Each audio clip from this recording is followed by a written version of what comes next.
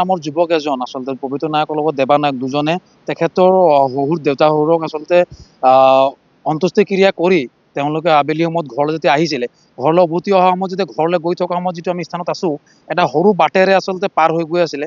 সেই যিটো স্থান, সেই পানী একেবাৰে আচলতে প্ৰায় 4 ফুট 5 ফুট ওপৰত আচলতে পানী আছিলে। মানুহ যিজন পাৰ হৈ যাওঁতে আচলতে বুৰ যোৱা পানী আছিলে। দেৱা নায়ক সেইটো সময়ত আচলতে যেনে তেনে কিবা কাৰণে পাৰ হৈ যাব পাৰিলে, কিন্তু পবিত্ৰ নায়ক পাছফালে আছিলে। যেতিয়া দেৱা নায়কে পাৰ হৈ গৈ ঘূৰি দেখে পবিত্ৰ নায়ক সেইটো সময়ৰ পৰা দেখি নাপালে, আৰু সেইটো সময়ৰ পৰা বৰ্তমান সময়লৈকে তেওঁলোকে সন্ধানহীন হৈ আছে। আৰু যোৱাকালি ৰাতি ভাগত গধূলি ভাগত আচলতে স্থানীয় ৰাইজ, স্থানীয় যুৱকসকলে, আফচাৰ বিষয়সকলে বিচাৰ খোজাৰ অব্যাহত ৰাখিছিলে।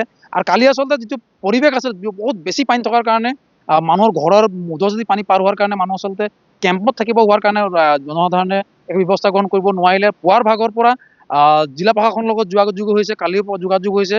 আৰু NDRFৰ টীম ৰাতিপুৱাৰ ভাগৰ পৰা এই বৈশাখী পুনৰ নামে এই স্থানীয় জেগাত, যিটো জেগাত নিখোজ হৈছিলে, সেই জেগাত ৰাতিপুৱা ভাগৰ পৰা বৰ্তমানলৈকে 4-5 ঘণ্টা অভিযান, উদ্ধাৰ অভিযান তেওঁলোক অব্যাহত ৰাখিছে।